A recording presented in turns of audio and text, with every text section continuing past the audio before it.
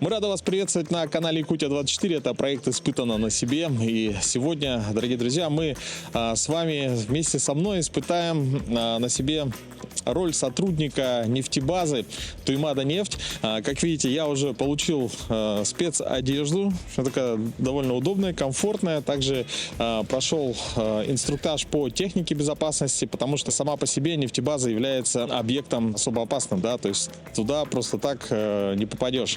Вот. Ну и сегодня вместе с вами мы узнаем, как топливо попадает из железнодорожных цистерн, которые приходят к нам, соответственно, с нефтеперерабатывающих заводов, и какие этапы проверки они проходят еще на самой нефтебазе, прежде чем попасть на автозаправки.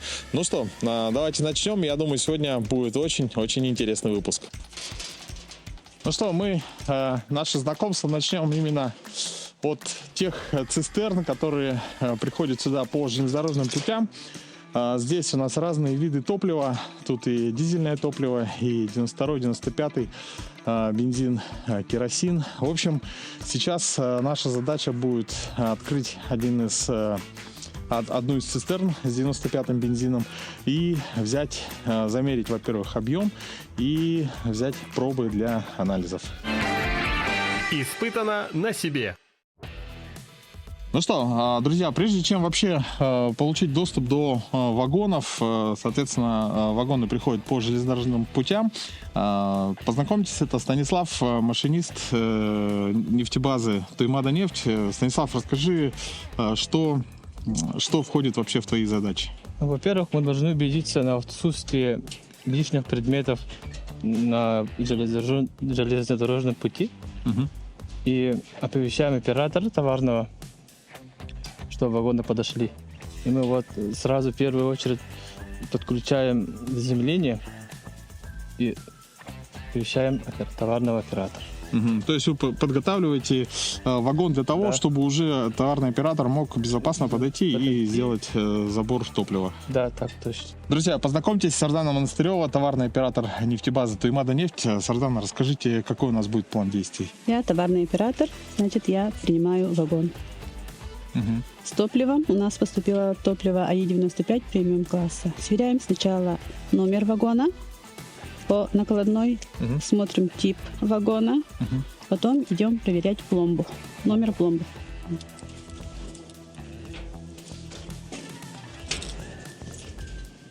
Так. Ага, По накладной тоже смотрим номер пломбы. Вот, сверяем. Все подходит, да? 19-70 номера есть. Совпадают. То есть совпадение идет, ну, у нас правильный вагон, правильная пломба, значит, все не вскрывалось, и теперь уже нам нужно, можно открывать вагон. Даю указание машинисту. Да, Станислав нам идет на помощь. То есть теперь Станислава задача открыть этот вагон, и чтобы у нас был доступ до топлива. Ну, все очень просто. На самом деле, я вижу, у тебя клещи, ты будешь клещами, да, открывать? Можно я попробую? Так. У нас выпуск передачи «Испытано на себе». Так, вот здесь, да? До конца надо. Так.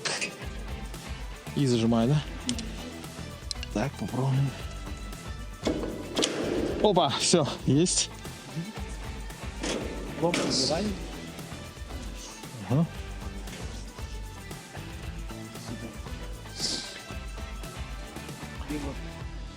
Трубой. Ага. Открываем, соответственно, задвижку саму, да? Сейчас, друзья, мне кажется, я увижу топливо, которое я никогда не видел в таком объеме. Ну, вообще, тут я не знаю, сколько тонн, 60, наверное, да? Судя по надписи на вагоне. Вот мы видим топливо АИ-95. Да, друзья, ну, я думаю, всех интересует вопрос, как можно вот в такой огромной цистерне узнать точно, с точностью, какой объем, да, топлива находится здесь. На это есть у нас ответ. Сардана, что у вас находится сейчас в руках? У нас имеется прибор, платномер, уравномер. Мы ее устанавливаем. Ага. Так, давайте я вам помогу. Чем-то, если смогу. Так, это штатив. Ага. Нужно, чтобы он был. Так, Выставляется по уровню, да? ага, по уровню. Ой, что она не так? Вот так. То есть для этого прибора важно, чтобы он был ровно в горизонтали, да? В горизонте. Мгм. Фиксируем. И вставляем сам прибор. Такой похож на отбойный молоток, ну, для меня, по виду. Так. Мгм. Так, и прибор называется плотномер, уравномер. Плотномер, уравномер. Да. Ага. Он отвечает всем требованиям госстандарта Мгм. и покажет нам взлив, Взлив это что плотность. такое? Взлив это сколько сантиметров топлива в вагоне, да? И От дна. с дна, ага, Ага. с дна до верха, плотность топлива и температуру. М. Мгм. Так, измеряем железнодорожную цистерну, прием топлива, тип вагона пишем. Мгм. Так, потом номер вагона будем. Давайте я вам 519. помогу, да, чем-то. 519. Я вообще во всех Перемещать. выпусках хочу всем помочь, да, потому что у нас передача испытана на себе, но здесь дело каких-то Шесть. очень таких Один, да. вещей, которые я вообще в первый раз вижу. А, и он начинает свою работу. Ага. О, Мгм, смотрите, автоматически. опускается у нас что-то. Датчик, Это что? Датчик, датчик. опускается и замеряет плотность, температуру и взливы в 3 уровнях. Начнется то дно. есть он сейчас доходит до Да. самого дна, да? Да, он покажет. А потом будет Взлив. подниматься и измерять Мгм. объем.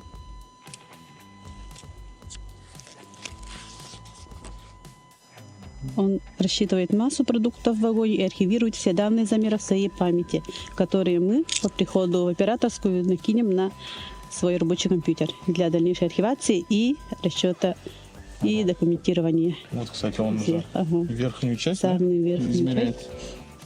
Прибор имеет действующую поверку, занесен в федеральный реестр, Ага. то есть его можно увидеть на сайте Росстандарта Российской Ага. Федерации. Испытано на себе.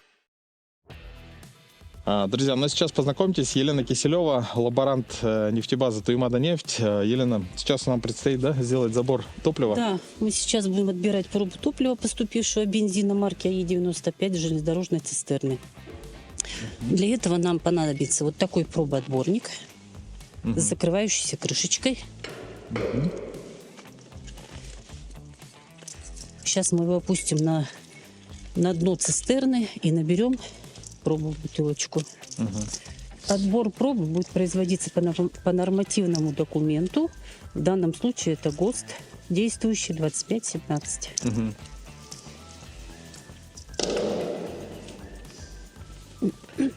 Да, теперь немножко напоминает такую рыбалку, да, как прикормка рыбы. То есть да, нужно именно до дна, да, Да. опустить? По ГОСТу он идет 0,33 метра от нижней образующей дна цистерны. А. Так. Так, теперь попытаемся, чтобы крышечка не открылась. Ага, все замечательно. Все, сейчас откроем крышечку. Все, крышка открыта. О, пошли пузыри. Да, топливо поступает в пробоотборник.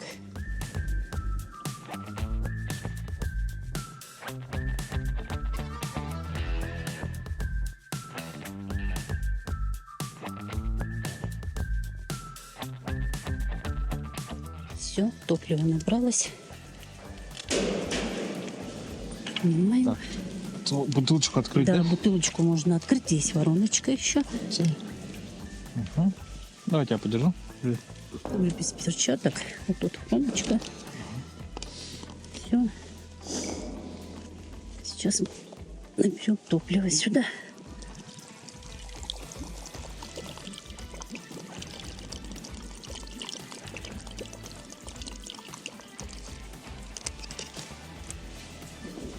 Ну, как видите, друзья, сейчас мы сделали забор топлива, соответственно, АИ-95, и это вообще только начало, да, нашего выпуска, можно так сказать, потому что сейчас мы будем проводить очень много, я так понимаю, испытаний, да? Да, на этот вид топлива понесем сейчас в лабораторию и займемся испытанием образца. Испытано на себе. Ну что, мы сейчас находимся непосредственно в самой лаборатории нефтебазы Туймада нефть. Елена Владимировна, что мы будем делать с нашей пробой 95-го бензина? Ну вот наша проба 95-го бензина, которую мы принесли с вагона цистерны. Сейчас мы будем ее испытывать на определенные показатели. Для этого вскрываем бутылочку. Если вдруг что-то я могу делать, помогать, вы мне говорите. Я с удовольствием. Если есть у вас что-нибудь желание, куда-нибудь можете отмерить 100 миллилитров 100 точно. Так, заливаю, да? Да, Можно так или держать лучше? как удобно. Давайте я попробую. Так.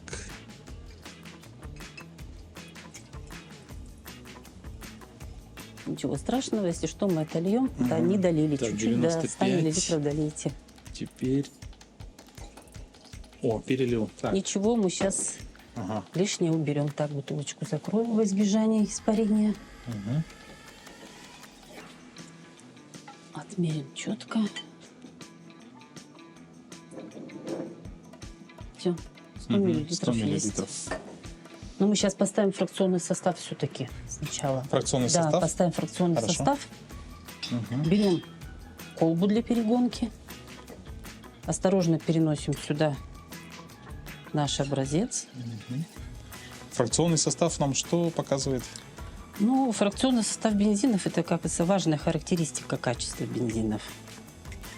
Там идет определенное содержание фракций, выкипание при определенных температурах.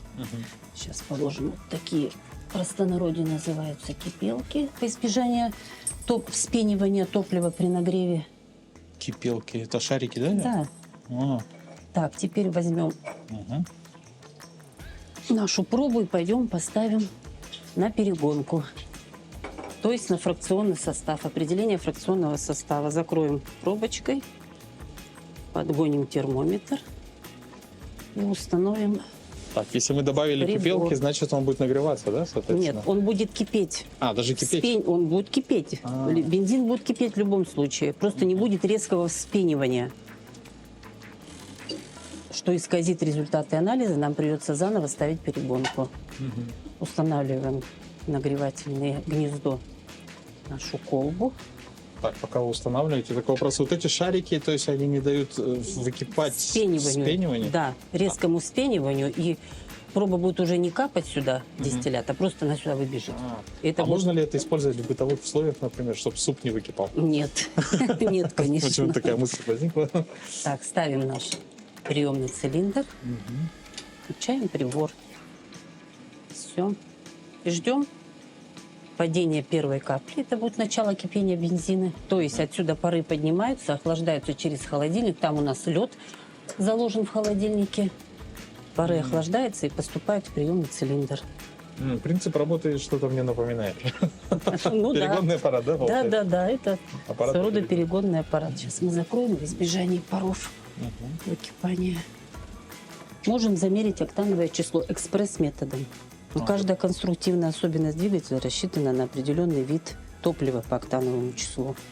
Вот это у нас октанометр. Экспресс-метод. Наливаем сюда, вот в этот цилиндрик, наш 95-й.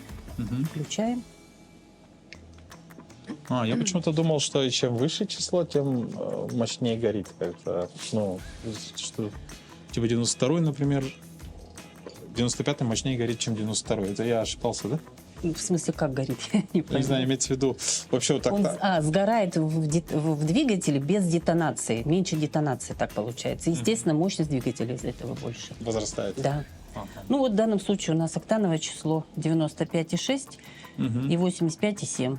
По исследовательскому методу должно быть не ниже 95, по моторному не ниже 85. В данном случае 95,7, 85,7, значит, соответствует. Моторные и исследовательские — это разные методы. Да, разные методы, да. Ну, Вычисления. да, это разные методы вычисления. То есть у нас это Все в норму. входит в норму, Всё в да, норме. показатели, Ага. все входит это. Так, хорошо. Это получается, давайте попробуем, я попробую посчитать. Это у нас первый тест, который мы провели. Да, Первый тест. Второй тест у нас уже запущен. да, фракционный состав. Тест на фракционный состав, он один из самых важных. Ну, да, это качественная То, что характеристика бензина, качество да. показывает. Да, да. Ага. И тут нужно находиться около этого прибора и... Да, насчет закипания нам надо фиксировать процент выкипания фракции и фиксировать температуру. Здесь в данном случае будет вот начало кипения. Процент выкипания при 70 градусах здесь будем смотреть, при 100 градусах, при 150 и конец кипения.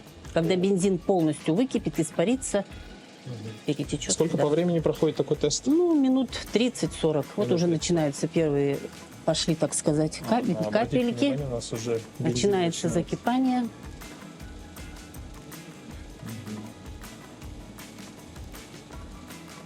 И, соответственно, мы сейчас будем ждать. Да. Падение первой капли. Это и будет температура начала кипения. Я правильно понимаю, что вот эта емкость перейдет у нас вот сюда, Да, да? да. Она закипит, пары поднимутся, легкие фракции. По отводной трубке поступают в холодильник, охлаждаются, конденсируются и попадают сюда в приемный цилиндр. Мгм. Сейчас То есть мы это сейчас будет видно. ждем первую капельку. Да. Ну. Температура у нас тут примерно 28 градусов. Но это еще не температура начала кипения. Падение первой капли это будет означать температуру начала кипения именно этого бензина. Хорошо. Так, ну сейчас, наверное, мы для зрителя это будут секунды, а для нас будет несколько минут. Как только упадет первая капелька, мы вернемся в эфир. Так, сейчас это у нас уже по счету 5-я, 6-я, вот уже пошло процесс. Но Елена Владимировна зафиксировала, да? При скольки Да, градусах у температура нас? 30 градусов получилась. 30 градусов. Начало кипения. Сейчас она уже чуть побольше. Следующий этап, который мы ждем, это... Это температура 70 градусов. И также Ага. фиксируем процент отгона конденсата. То есть, как только дистиллята. термометр дойдет до 70 градусов, мы фиксируем, сколько Мгм. миллилитров Мгм. у нас топлива здесь. Да, да, правильно. Вот видите, мы же налили 100 миллилитров. Да, Вот. то есть вон там у нас. Да, это здесь у нас 100 миллилитров. Мгм. Вот выкипание будет 10%. Это будет отвечать за запуск двигателя. Мгм. Именно как вот хорошо двигатель запустился с первого раза. Потом дальнейшие фракции идут уже 20-30 и до 90. Это, как бы сказать, средняя фракция. Она отвечает за устойчивую работу двигателя, разгон машины. Ну, в общем, как бы так. А вот уже конечная фракция, она уже полнота сгорания топлива. Чтобы топливо полностью сгорело, Ага. И эти показатели, вот, например, сейчас до 10 миллилитров дойдет, мы должны фиксировать температуру, да, или? можно фиксировать температуру. Тоже допускается 10-50 вот процентов. Ну вот в данном случае мы зафиксируем при 70 градусах процент отгона. Он должен быть по ГОСТу не менее 15%. То есть тут должен быть, тут Да. должно у нас, когда 70 миллилитров, 70 70 градусов, температура, здесь должно быть не менее не 15 менее 15, миллилитров. бывает Ага, больше, сейчас да. Температура сколько? 40. 40. А работа кипит в полном смысле слова. Точно. Таким образом, вот этот прибор, он может мерить любое топливо, да? Да, мы делаем разгонку и бензинов всех марок, дизельных топлив, авиационных топлив. И у каждого свои... Да, у каждого свои нормы ГОСТа, свои температуры выкипания. Самый легкий – это бензин. Конец кипения у него не должен превышать 210 градусов. Это для бензинов премиум Евро 95 вид 3, а для АИ 95 не более 215, правильно сказать. А самое сложное, что дизель. Ну да, у него температура кипения 350, конца кипения вообще бывает 350, 352, 357 бывает. Тоже по ГОСТу у него не более 360 градусов. Авиационное топливо, конечно, полегче. Так, я вижу здесь почти 14 Мгм. миллилитров. У нас еще запас температуры, значит, все будет нормально. Ага. То есть мы идем... К температуре пределах приближаемся. Да, в норме пока все. Уже 15 практически есть, значит, будет больше. Значит, именно процент выкипания при этой температуре, при 70 градусах уже будет норма, я так вижу. Ну, как видите, друзья, это такой тест, где нужно постоянно находиться рядом, да, смотреть, снимать показатели. Но вот здесь тоже интересный прибор сейчас происходит. Тут что замеряется топливо? Дизельное, да? Да, здесь у нас стоит проба залита с дизельного топлива арктического. Прибор называется для измерения предельной температуры фильтруемости, то есть это та температура низкая, при которой топливо при, допустим, температуре, при пониженных температурах, при той температуре, которая, когда выпадают кристаллы и забивает сетку топливоподающей системы дизеля. Вот, поэтому сейчас мы тут стоим, стоит, вернее, у нас проба, здесь топливо арктическое, класс 4, экологического класса К5. Вот уже тест был минус 52, следующий тест будет минус 53. Значит, тоже топливо соответствует ГОСТу. На Арктике оно должно быть не выше минус 44. В данном случае 52 уже было, минус 50. Следующий тест минус 53. Это очень тогда я правильно хорошо. понимаю, что внутри стоит что-то типа как фильтр, да, который Да, вот этот замораживается? фильтр, вот видите, сеточка. Туда мы налили 60 мл топлива, оно поступило там в систему, там И охлаждение встроено, и вот понижается температура и поднимается проба каждую минуту, каждый градус, вернее. И она будет подниматься, всасываться до тех пор, пока на фильтрационной сетке не образуются кристаллы парафина и не забьют подачу топлива. Это имитируется то же самое подача топлива в дизель. Двигатель. Да, топливную систему дизеля. Практически так. Вот сейчас температура бани минус 70 градусов. Сейчас минус 53 будет подъем пробы. Это за определенное время поднимает и стекает топливо. Видите, друзья, у нас здесь, да, за минус 50, а тут у нас плюс, мы сейчас ждем плюс 70, да? А уже 61, 61. идем до 70.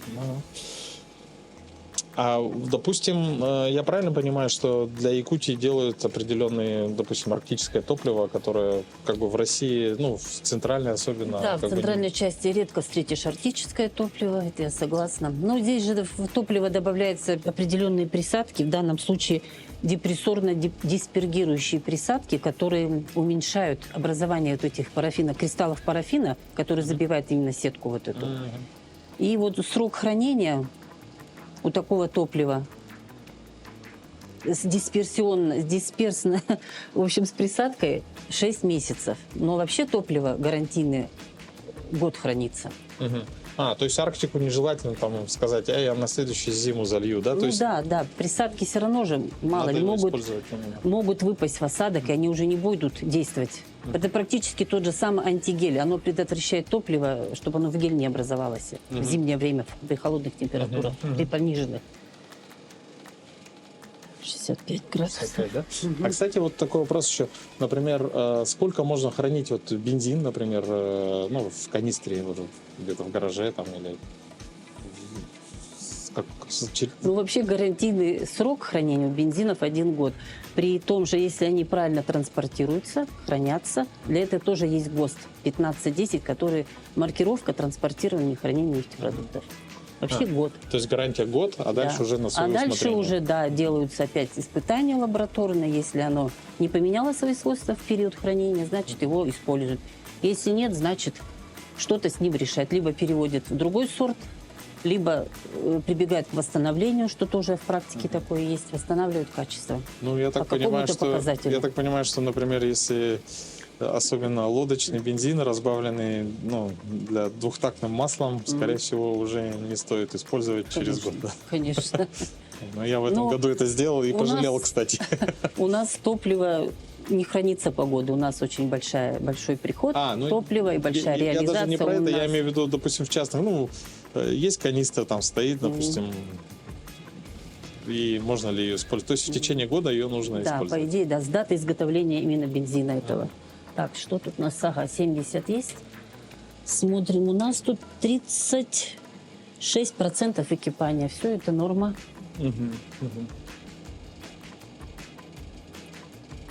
36. То есть это Это по этим нормативам Да, идет по сейчас? нормативу все соответствует ГОСТу. Проценты экипания при 70 градусах 36%. Сейчас я запишу. Хорошо. Мы просто заливаем топливо в баки, да, а вот в таком виде я, конечно, кипящий бензин, слава богу, я не видел. Но вот здесь в лаборатории есть такая возможность увидеть, как кипит бензин. А мы уже приближаемся к 100 градусам, уже 99. Да, уже 100 градусов. 100. Фиксируем процент отгона. 51%, 51. что тоже является нормой. Далее ждем температуру 150 градусов. 150. Ага. Пока там доходит температура 150, мы сейчас сделаем еще один, да? Да, Испытание. сделаем анализ на содержание серы в топливе. Мгм. Для этого перейдем в другую комнату. Здесь у нас вот отдельная комната Мгм. для определения серы. Здесь уже подготовленные кюветы, обработанные спиртом, натянутые пленкой, это для образцов. Мгм. Вот она у нас полиэтиленфталатная пленка. Сейчас наберем сюда топливо. Это специальные такие емкости, да? Пипетки имеете в виду? Не, имеется в виду вот эти. Ну кюветы, да, именно для определения серы, для установки в этот аппарат, что у меня справа под рукой. Мгм. Так. Делается 2 параллельные пробы. Вот сюда вставится. Мгм. А вот специально. Мгм. Можно показать, посмотреть. Мгм.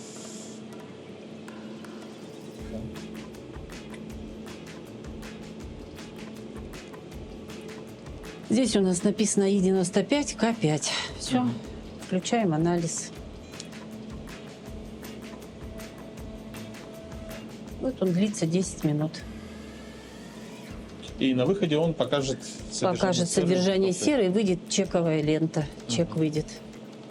Все, у нас 10 минут свободных, нам можно... Здесь можно оставить, да? Можно этот оставить, прибор? да, это не требует человеческого участия. Мгм. Так, сейчас я температуру проверю. Ага, посмотрите, температура. 100, 110, 114 идет. Мгм. Сейчас еще поставим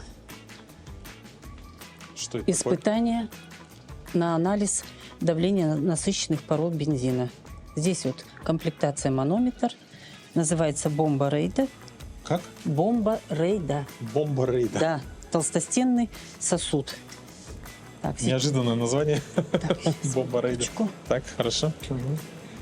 Можно Я могу подержать? подержать, Давайте, вложить давайте, не да. надо? Мгм. Сейчас я наберу пробу. Килопаскали, да? Килопаскали. Да, в килопаскалях. Это интересно, сейчас будет исследование. А что оно показывает? Давление. Давление паров. Давление паров, да. Вот у нас проба. Сейчас мы достанем с холодильника охлажденный сосуд. Специально, да? Да, специально охлажденный.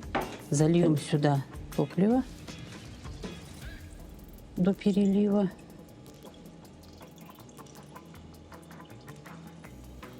Ну да, то есть в канистре оставляешь в жаркий день топливо, оно взбухает, надувается, то есть давление это именно создает Да, пары, да, да. бензина? В смеси с воздухом, да, они.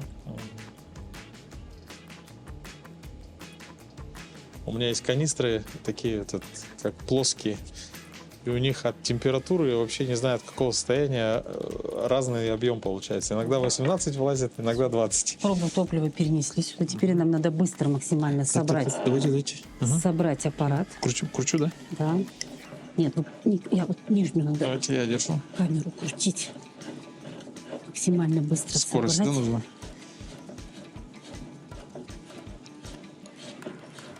О, это непростой такой Ну этот. да. Требует усилий. Все плотно закрутили, проверили. Здесь у нас закручен манометр. Все. Теперь мы берем эту бомбу Рейда, переворачиваем Ох, и устанавливаем в термостат, где уже температура 37,8 градусов. чуть подогреваем, да? Да. А- Несем в другую комнату. Даже видите, уже давление поднялось. Вот этот термостат у нас. Вот температура вот с этой стороны. 37,8 установлена, да, вот.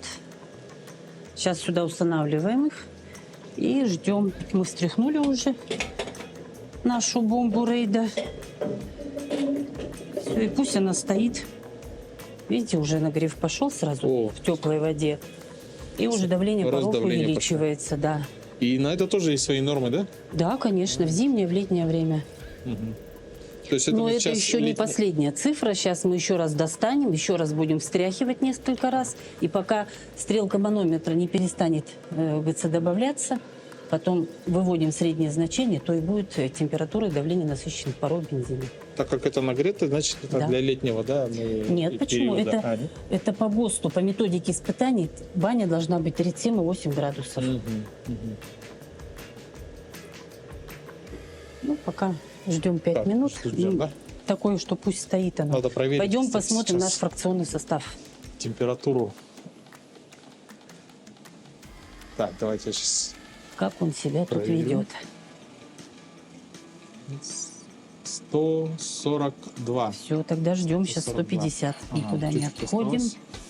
Иначе Сейчас можем следим. прокараулить. И тогда придется испытание заново все ставить. Ага. Ну, такой серьезный, серьезный анализ, требующий непосредственно, да, контроля. непосредственно участие В здесь. свою очередь, здесь у нас идет Здесь уже... на 52 уже измерилось, да? Ага. И продолжает, да, еще? Да, продолжает еще. Ну, то есть, как видите, арктическое топливо сейчас проходит минус 52 Испытание, градуса. Прошел этап. Следующий 53, да? 53 должен быть. Да, мы видим, что уже в этом этот сосуд В приемном наш, цилиндре. да, приемный цилиндр наполняется. Здесь тоже уже все могу сказать, что соответствует, потому что должно быть не менее 75% отгона. Он уже почти 85. И температура, да, кстати, фиксируем 150. 84% отгона. Тоже является нормой. Отлично. Это эти камушки гремят, да? А вот это гремят вот эти, как вот эти называется? кипелки. Кипелки. Как звоночек. Ага. Просто топливо с ними как бы более равномерно кипит. Нет вот этих резких скачков, всплесков. Так, ну сейчас мы фиксируем температуру до конца кипения. То есть, когда все перегонится туда, все, перегонка пройдет, там смотрим температуру. останется только остаток. Но в идеале, ну, наверное, так не получится. Тут 100 залили, тут должен быть 100, да? Где-то 95 примерно 95 будет. будет. Да, примерно, плюс-минус. Ага. 100 не будет. То есть в пару уходит все равно. Да.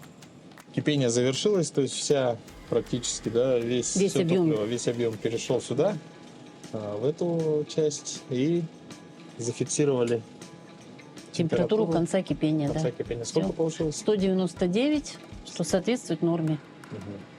Сера у нас уже вышла результат. Смотрите. Вот серый результат составил 2,8 миллиграмм, что соответствует норме. Она должна быть не более 10 миллиграмм. Не более 10, Не более а здесь 10. 2,8. 2,8, да. Что вот здесь видно тоже все. Так что все соответствует. Ну, как видите, друзья, большое количество тестов проходит. Это еще не все, да? Сейчас мы Сейчас мы будем идем. проверять на плотность. Сейчас мы замерим плотность. Так, Принцип- это у нас Ага. тоже термостат. Это у нас установка для определения плотности. Она состоит вот из стеклянных цилиндров. Они с двойными, так сказать, вот рубашками, и между ними циркулирует тосол. То есть сюда мы заливаем топливо, а вот именно вот в стенках циркулирует тосол для Охлаждает. охлаждения, для нагрева. Вот он залитый. Вот у нас. Давайте покажем. Можно показать? да? Можно. Это тосол. Тосол, да. И И он, он, по соответственно- закрытой системе контура, выход, вход, в общем, циркулирует по закрытой системе. Сейчас нам нужно его охладить, да? Да, охладить до 15 градусов. Ну, плотность нам нужна при отпуске, скажем, объемно-массовым методом, либо для расчета, вот как в данном случае в вагоне у нас в кубах, а мы замерим фактическую плотность и рассчитают они массу в тоннах, скажем так, в тоннах. То Вообще есть- плотность показатель тоже, он нормируется ГОСТом, он также важен, скажем, особенно для авиационных топлив. Запас топлива в баках на беспосадочный, скажем, перелет, насколько То хватает. есть для самолетов важен именно Да, и сам, да, тоже. не только объем, еще и вес. Для самолетов еще много важных показателей там. Как вот я трясла, трясите. Надо перевернуть? Перевернуть, Так, вот так, да? да. Так, потом Поднять, поднимаем. опять устанавливаемся. Ну, можно несколько раз. А, можно, да? Да, можно как бы так трясти. Да, давление, как видите, поднимается. Да, да. И опять устанавливаем. И теперь мы снимаем показать первое давление, мы сняли показатели. Все, теперь через 2 минуты снимем показания. 2 минутки. Мгм. Ага. Хорошо. И так делается несколько раз, пока давление не перестанет увеличиваться. И потом выводится среднее значение. 15 градусов есть.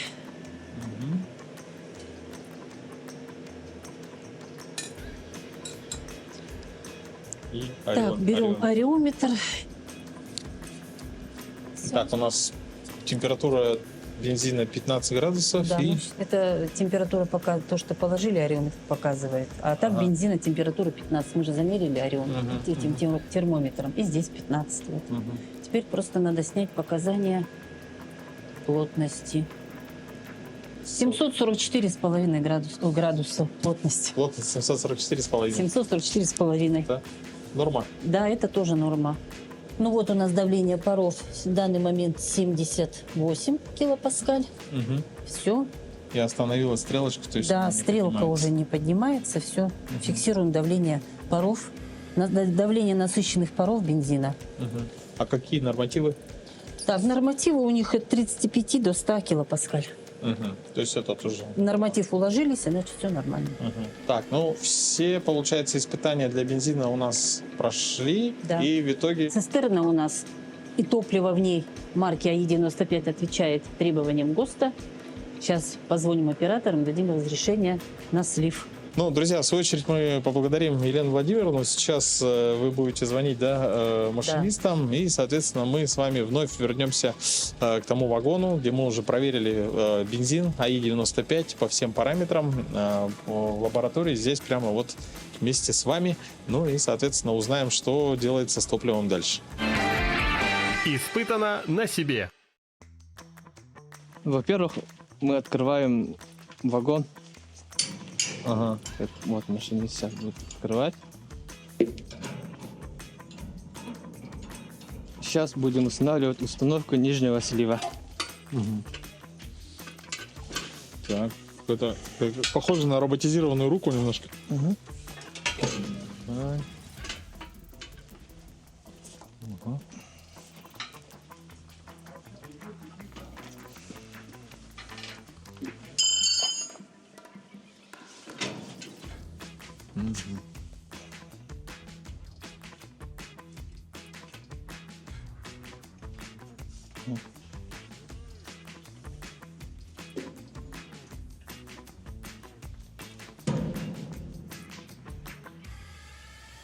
Да, сейчас у нас, соответственно, ребята, Эльдар, машинист, и Станислав подключили, да, получается, ага, установку всё. нижнего слива к вагону, и теперь нам нужно, я так понимаю, подняться наверх, да, чтобы открыть ее. Ага. Хорошо, ну снова поднимаемся на вагон.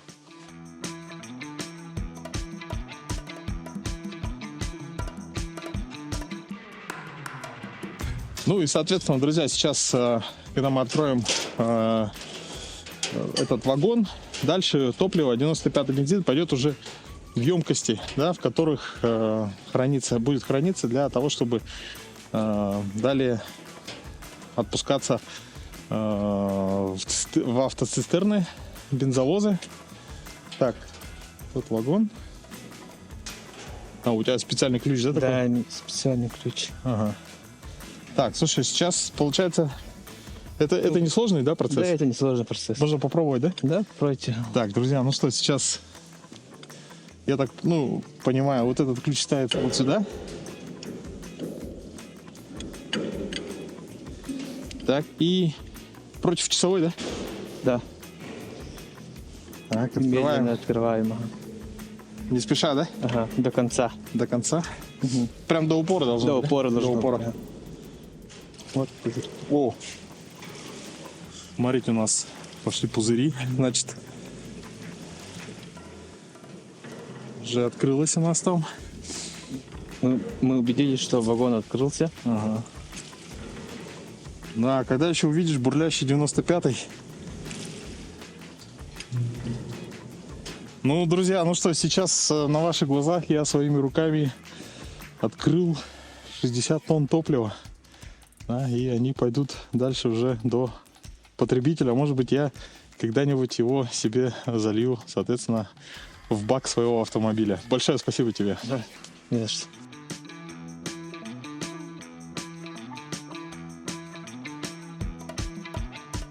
Друзья, обратите внимание, сейчас мы с вами находимся в операторской. Здесь заезжает как раз-таки, видите, бензовоз. И вот на весах вот здесь есть тоннаж. 34 тонны, да, 35 почти. Здесь он дублируется на компьютере.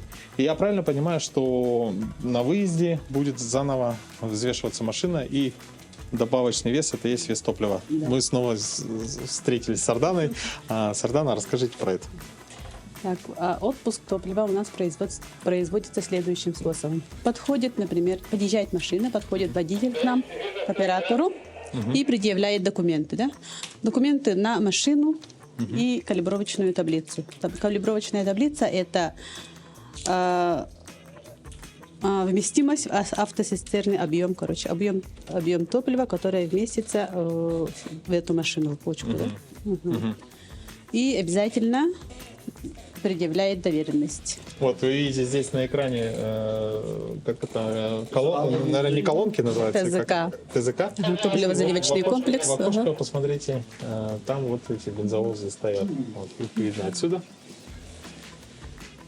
Ну, работа оператора, я вижу, очень такая оперативная, да? Потому что надо обрабатывать параллельно несколько, да, бензовозов. Да. Одну принимает, другую отпускает, третью заливает, да? И все оформляет ее в программе 1С отпуск топлива, например. И, допустим, машина заполнилась, далее выезжает снова через весы, да? Да. И высчитывается объем залитого топлива. Сначала взвешивается, естественно, тара, потом брутто и высчитывается нетто. Как в магазине, да? И вот это автоматически переходит в программу 1С, и оттуда выкатывается танки. То есть помимо того, что вы знаете, сколько топлива залито через ТЗК, да, еще плюс контролируется по весу, да? Да, обязательно. Это автоматическая система, то есть она Да. прямо номер, да, считывает? По номеру машины автоматически высчитывает. Ну, как видите, такая достаточно отработанная система, да, в том числе, как и в целом мы видим, кто заправляется на Туймаде нефти-то, и автоматические колонки есть возможности прямо оплатить по QR-коду, да, то есть не выходя из машины, ну, от машины не отходя до оператора с помощью мобильного приложения. То есть и здесь, даже на самой нефтебазе, тоже все, часть процесса автоматизирована, как вы видите, автоматические камеры. Ну и сам оператор находится вот здесь, ну, такое, как можно сказать, кресло капитанское, да, смотрит, следит за всем и управляет процессом. Друзья, я думаю, что сегодняшний выпуск для вас был также полезен, информативен, как и для меня. Ну и сегодня, я думаю, мне удалось показать вам, как топливо из железнодорожного вагона, из цистерны уже попадает до конечного потребителя. И я говорю не просто о нас, автолюбителях, а вообще о различных производственных компаниях, строительных компаниях, дорожниках, самолетах. То есть все пользуются топливом. Это у нас 92-й, 95-й бензин, керосин, дизельное топливо. И сегодня на примере 95-го бензина мы с вами посмотрели, какие именно этапы проверок проходит топливо, еще даже не попав в основную емкость нефтебазы. Ну и хотелось бы поблагодарить нефтяную компанию Туймада нефть за помощь в проведении съемок и за очень интересную насыщенную программу, передачу «Испытывал на себе». Ну я напоминаю, что ждем вас всегда на телеканале Якутия 24. Оставайтесь с нами и до новых встреч в эфире. Пока.